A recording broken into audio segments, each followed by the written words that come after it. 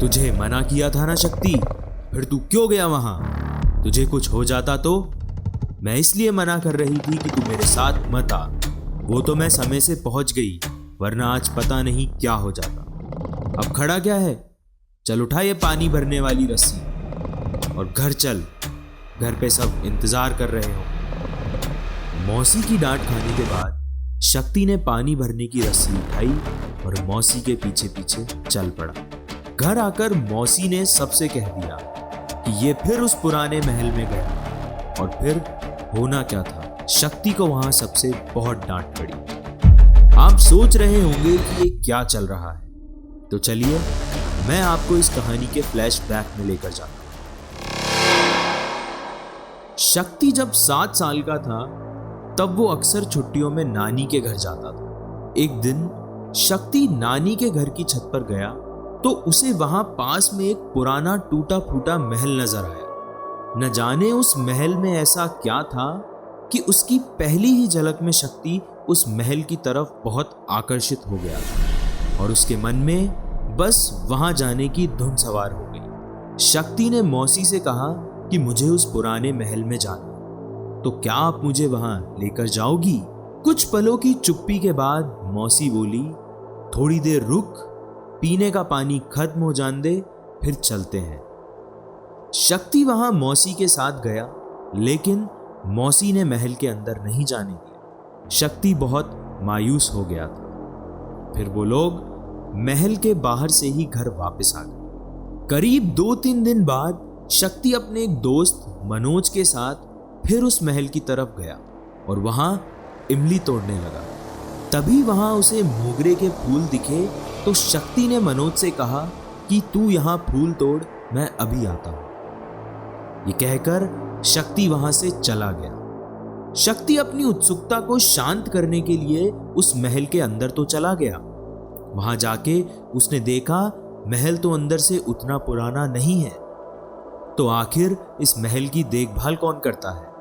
फिर अचानक शक्ति ने देखा कि एक लड़की घाघरा चोली में पीठ किए हुए खड़ी है। उसकी चोटी बहुत लंबी थी। तभी अचानक उस लड़की ने कहा, तुम आ गए? मैं कब से तुम्हारा इंतजार कर रही थी। शक्ति उसकी आवाज में इतना मदहोश हो गया था कि उसने ये तक नहीं सोचा कि आखिर इस लड़की ने ऐसा क्यों बोला। और शक्ति ने उसे जवाब दिया, हाँ। तभी शक्ति की नजर उसके पैरों पर गई और उसके होश उड़ गए।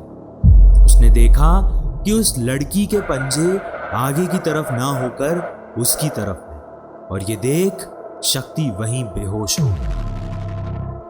शाम को जब शक्ति को होश आया तो उसने देखा कि वो अपने शहर लखनऊ में है और अपने पलंग पे लेटा हुआ है। उसे कुछ समझ नहीं आ रहा था कि वो कोई सपना देख रहा था या फिर वो सच में नानी के यहाँ गया हुआ। शक्ति ने अपनी माँ से पूछा कि हम नानी के घर से कब आए, तो उसकी माँ के चेहरे पे मानो एक क्वेश्चन मार्क था। उन्होंने कहा, नानी के घर से कब आए का क्या मतलब है? हम नानी के घर गए कब थे? तुम्हारी तबीयत ठीक नहीं है, तुम सुबह से सो ही रहे हो, अब उठो, थोड़ी देर बाहर जाओ, टहल कर आओ, तुम्हें अच्छा महसूस होगा। शक्ति को कुछ समझ नहीं आ रहा था कि उसके साथ ये सब हो क्या रहा है। और शक्ति उस वक्त था तो बच्चा ही, तो उसने सोचा कि शायद उसने ये सपना ही देखा हो। मगर आश्चर्य की बात ये थी कि उसकी माँ ने उससे कोई सवाल पूछने की जगह उसे झूठ क्यों बोला। इस बात को कुछ दिन बीत गए और शक्ति अपनी रोजमर्रा की जिंदगी में व्यस्त हो गया। वो भी शायद भूल गया था कि उसके साथ उस महल में क्या हुआ था। फिर कुछ महीनों बाद शक्ति के माता पिता को इंडिया से बाहर जाना हुआ, तो वो लोग शक्ति को भी अपने साथ विदेश ले गए और उसका आगे का पालन पोषण वहीं हुआ। साल पे साल बीतते गए, मगर शक्ति इंडिया से जाने के बाद अभी तक लौटा नहीं था। लेकिन ये कहावत बिल्कुल सच है कि आप कहीं भी चले जाएं, ये दुनिया गोल है और आप उस चीज से जितना दूर जाते हैं, ये उतना आपको उस चीज के नजदीक ले आती है। कुछ 15 साल बाद शक्ति अपनी पढ़ाई पूरी कर इंडिया लौटा और वो लौटते ही सबसे पहले अपनी नानी के घर गया। शक्ति बचपन में हुए उस हादसे को भूल चुका था और वो बहुत खुश था इतने सालों बाद उन लोगों से मिलकर। शक्ति को नानी के घर कुछ दिन बीत गए। फिर एक दिन शक्ति को उनकी छत से वही पुराना महल दिखा और वो उसे देखते ही फिर से आकर्षित हो गया।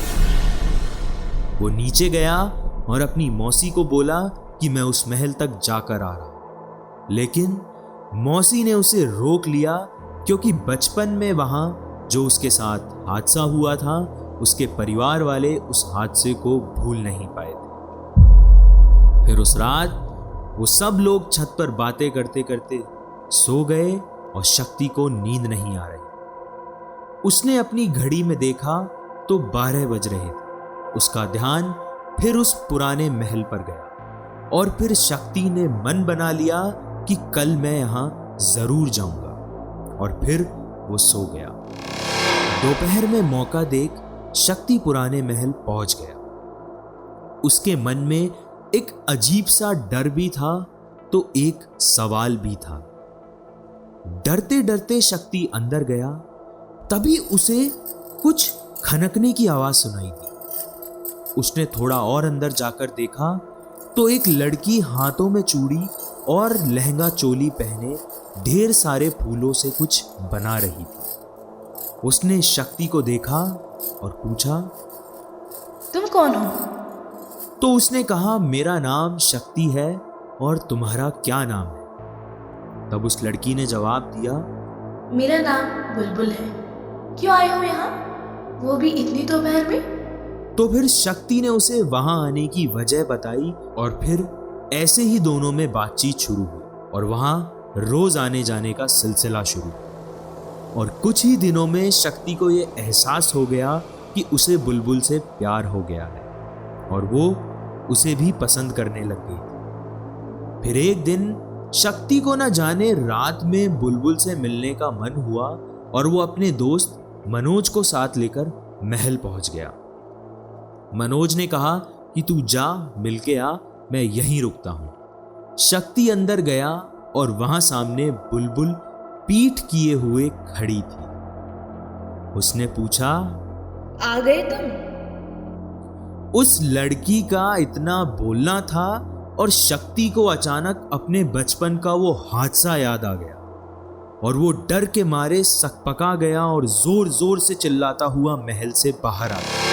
वो बहुत घबराया हुआ था और उसने मनोज से कहा कि तू जल्दी यहां से भाग और वो दोनों वहां से सर पर दौड़ लगाते हुए घर पहुंचे। और शक्ति ने मनोज को पूरी बात बताई और उन दोनों में ये तय हुआ कि ये बात हम किसी को नहीं बताएंगे। फिर अगले दिन रात के वक्त शक्ति को एक रोशनी उसकी तरफ आती नजर आई और अचानक सर से उसकी बगल में वो रोशनी एक चुड़ैल का रूप लेकर अपने बालों को अपने चेहरे पर बिखेरे हुए बैठी थी। ये देख शक्ति के मुंह से ऐसी चीख निकली कि मानो पेड़ पे बैठे पक्षी भी सकपका गए। तभी सारे परिवार वाले छत पर आए और देखा तो शक्ति एक कोने में खड़ा होकर जोर जोर से चिल्ला रहा था। फिर मौसी ने उसके चेहरे पर पानी डाला और उसे शांत कराया और पूछने लगी कि क्या हुआ तुझे, इतनी जोर जोर से क्यों चिल्ला रहा है? शक्ति के मन में आया, अब मैं क्या बताऊं कि क्या हुआ। और शक्ति ने किसी को कुछ नहीं बताया, बस कहा कि शायद कोई बुरा सपना देखा। उस दिन के बाद शक्ति को बहुत अजीब अजीब सी चीजें दिखने लगी। शक्ति ने वो सारी बात मनोज को बताई और फिर दोनों ने सोचा कि कहीं कुछ गलत हो उससे पहले परिवार वालों को ये बात बता देनी चाहिए। फिर उन्होंने सारी बातें घर वालों को बताई कि शुरू से लेकर अब तक क्या हुआ था। तभी मामा जी बोले कि बगल में एक बहुत बूढ़ी आजी माँ रहती है, उन्हें जरूर पता होगा कि उस पुराने महल की कहानी क्या है। अगली सुबह वो लोग उनके पास गए। वहां जाके उन्होंने उनसे पुराने महल के बारे में पूछा तो उनके चेहरे का रंग उड़ गया। वो घबरा गई और बोली, पुराना महल, वहां तो एक चुड़ैल बसती है, वहां तो सालों से कोई नहीं जाता। फिर उन्होंने उस पुराने महल की कहानी सुनाना शुरू किया। बहुत समय पहले एक राजा वहां रहा करते थे। उनका नाम अग्रसेन था। उनकी पीढ़ी में वर्षों से कन्या का जन्म नहीं हुआ था, लेकिन उनके पुत्र राजकुमार वीरसेन के पैदा होने के बाद उनके यहाँ एक पुत्री ने जन्म लिया। राजा जी ने बड़े प्यार से उसका नाम बुलबुल रखा। वो बहुत ही खूबसूरत थी। जब वो बड़ी हुई तो उसकी खूबसूरती के चर्चे चारों तरफ चर्चित थे। कई राज्यों के राजाओं ने राजकुमारी के लिए रिश्ते भेजे, लेकिन राजा ने यह कहकर सबको मना कर दिया कि राजकुमारी बुलबुल का विवाह उनकी पसंद और मर्जी से ही होगा। लेकिन राजकुमार वीरसेन का एक मित्र था जिसका नाम शक्ति था।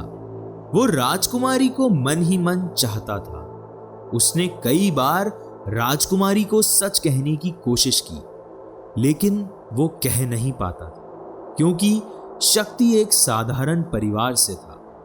फिर एक दिन बुलबुल शाम के समय बाहर टहलने निकली और टहलते टहलते वो अचानक रास्ता भटक गई। तभी उन्हें वहां एक लड़का दिखा। वो लड़का देखने में बहुत ही साधारण सा था। तो बुलबुल ने उसे आवाज देकर रोका और कहा कि क्या तुम मुझे महल तक छोड़ दोगे? वो लड़का बुलबुल की खूबसूरती में इतना लीन हो गया था कि उसने उसे कोई जवाब ही नहीं दिया। फिर बुलबुल ने उसे दोबारा पूछा तो उसने कहा, जी हाँ, मैं आपको आपकी मंजिल तक पहुंचा दूंगा। राजकुमारी ने पूछा, तुम्हारा नाम क्या है? तो उस लड़के ने उन्हें अपना नाम श्रवण बताया। श्रवण बुलबुल को लेकर महल गया और बाहर से ही लौटने लगा। राजकुमारी बोली, अंदर आओ, तुम्हें पिताजी से मिलवाती हूं। श्रवण महल के अंदर गया। महल की शानो शौकत देखकर उसके मन में लालच आ गया और उसने ठान लिया कि वो बुलबुल को अपने प्रेम में फंसाकर इस महल का राजा बनेगा। फिर क्या था, उसने बुलबुल से अपनापन बढ़ाना शुरू कर दिया और भोली भाली बुलबुल उसके बनाए हुए जाल में फंसती गई। फिर एक दिन उसने महाराज से कहा कि मैं श्रवण से विवाह करना चाहती हूँ। महाराज मान गए और महाराज ने उन दोनों का विवाह करा दिया। महाराज के इस फैसले से बुलबुल के भाई राजकुमार वीरसेन को अपनी राजगद्दी छीनने का बहुत दुख था, तो दूसरी तरफ शक्ति को उसका प्यार न मिलने का। फिर एक रात उस महल में एक खूनी खेल शुरू हुआ। शक्ति चेहरा ढककर आधी रात के वक्त बुलबुल के कमरे में गया और तलवार से श्रवण का गला काटा। आवाज सुनकर बुलबुल जागी तो उसने उसका भी गला तकिए से घोट दिया और महल से भाग गया। सुबह लोगों को महल में 3 लोगों की लाशें मिली, महाराज अग्रसेन, श्रवण और राजकुमारी बुलबुल। राजकुमार वीरसेन की लाश नहीं मिली तो लोगों ने समझा कि वीरसेन ही सबको मारकर कहीं भाग गया है। उस रात महल में क्या हुआ था इस बात का किसी को अंदाजा भी नहीं था। आजी माँ बोली, बस यही कहानी है उस महल की, इसके अलावा मुझे कुछ नहीं मालूम। ये कहानी सुनकर वो लोग बहुत असमंजस में पड़ गए। लेकिन ये कहानी सुनने के बाद शक्ति का मन बहुत बेचैन हो गया और उसके मन में एक अजीब सी हलचल शुरू हो गई थी। तभी उसे कहानी सुनने के बाद सारी बातें याद आ गई। उसे याद आया कि पिछले जन्म में वो शक्ति था और ये इत्तेफाक वाली बात है कि इस जन्म में भी उसका नाम शक्ति ही है। लेकिन उस रात बहुत कुछ हुआ था जो कि बुलबुल को नहीं मालूम। वो सब कुछ सिर्फ शक्ति को ही पता था। शक्ति ने सारी बात अपने मामा और अपने दोस्त मनोज को बताई तो मनोज बोला, यहीं पास में ही एक बाबा रहते हैं, हमें उनके पास जाना चाहिए। वो लोग उस बाबा के पास गए और उन्होंने उस बाबा को सारी बात बताई, साथ साथ पिछले जन्म की भी बात बताई। उन्होंने कहा, आप सब परेशान ना हो, अब वो नहीं आएगी। कल तक के लिए मैं शक्ति के हाथ में एक रक्षा सूत्र बांध देता हूं। और आपको सामग्री बता देता हूँ कि कल पूजा में क्या क्या लगेगा। हम सब घर आ गए। सुबह होते ही वो सब सोच रहे थे कि आज रात क्या होने वाला है। पूरा दिन इसी सोच में निकल गया और शाम भी हो गई। हम सब लोगों ने पूजा की सारी तैयारियां कर ली थी। थोड़ी देर बाद बाबा जी भी आ गए और बाबा जी बोले, बेटा इस जगह बैठ। और उन्होंने शक्ति का रक्षा सूत्र खोल दिया। फिर क्या था, रक्षा सूत्र खोलते ही वो बुलबुल सामने प्रकट हुई और बुलबुल ने अपना तांडव शुरू कर दिया। उसने अपनी शक्तियों से पूजा के सामान को बिखेरना शुरू कर दिया और शक्ति से बोली, मैं तुम्हें नहीं छोड़ूंगी। तुम पहले भी मेरे चंगुल से छूट के भाग गए थे, मगर आज मैं तुम्हें नहीं छोड़ूंगा। सब बुरी तरह डरे हुए थे कि अब क्या होगा। बाबा जी ने उससे पूछा कि तू इसे क्यों मारना चाहती है? ये मेरे सारे परिवार को मारकर भाग गया था। ये मुझसे बदला लेना चाहता था क्योंकि मैंने श्रवण से विवाह किया था। मुझे पता था कि ये मन ही मन मुझसे प्रेम करता है। इसने मेरे पति, मेरे भाई, मेरे पिता और यहाँ तक कि मुझको भी नहीं छोड़ा। पूछिए जरा इससे, पूछिए कि इसने ऐसा क्यों किया। मेरा भाई तो इसका मित्र था, मेरे पिता इसे अपने बेटे की तरह मानते थे और इसने इतना बड़ा विश्वासघात किया। बाबा बोले, तुझे सारी बातें नहीं पता। तू पहले शक्ति की बात सुन ले और अगर तुझे लगे कि वो गलत है तो जरूर उसे मार देना। बाबा ने अपने मंत्र से बुलबुल को शांत किया और उसे शक्ति की बात सुनने के लिए मना लिया।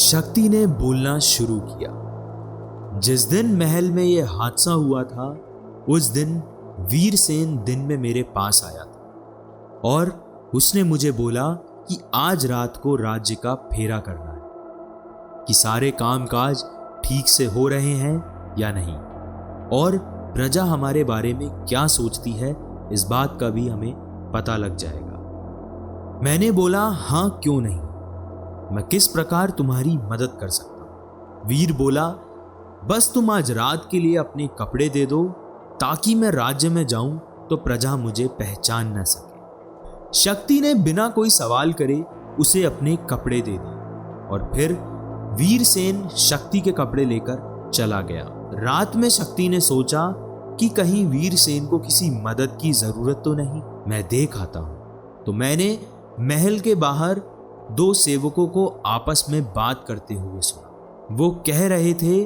कि हमने श्रवण महाराज के कहने पर वीर महाराज के पानी में जहर तो मिला दिया है, लेकिन किसी को इस बात का पता चल गया तो हमारी खैर नहीं। शक्ति ने इतना सुना तो वो वीर को बताने उसके कमरे की तरफ दौड़ पड़ा, लेकिन देखा तो वो अपने कमरे में नहीं था। तो शक्ति वहां से महाराज अग्रसेन के कमरे की तरफ भागा कि शायद वीरसेन उसे वहां मिल जाए।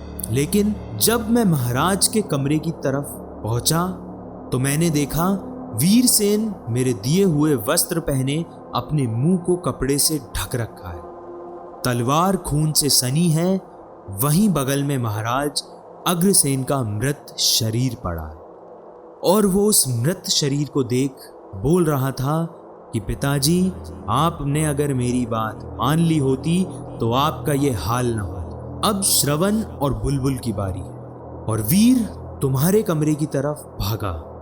तभी जल्दबाजी में मेरा पैर फिसल गया। मैं जैसे तैसे उठा और तुम्हारे कमरे की तरफ पहुंचा, लेकिन तब तक बहुत देर हो चुकी थी और वीर श्रवण के गले को धड़ से अलग कर चुका था। शोर सुनकर जब तुम जागी तो उसने तुम्हारे मुंह पर तकिया रखकर तुम्हारा गला घोट दिया। वीर मेरे कपड़ों में था तो तुमको लगा कि ये सब मैंने करा है। मैंने वीर को आवाज दी कि ये तुम क्या कर रहे हो, तो उसने कहा, तूने मुझे देख लिया है, अब तू भी नहीं बचेगा, और वो मेरी तरफ दौड़ पड़ा।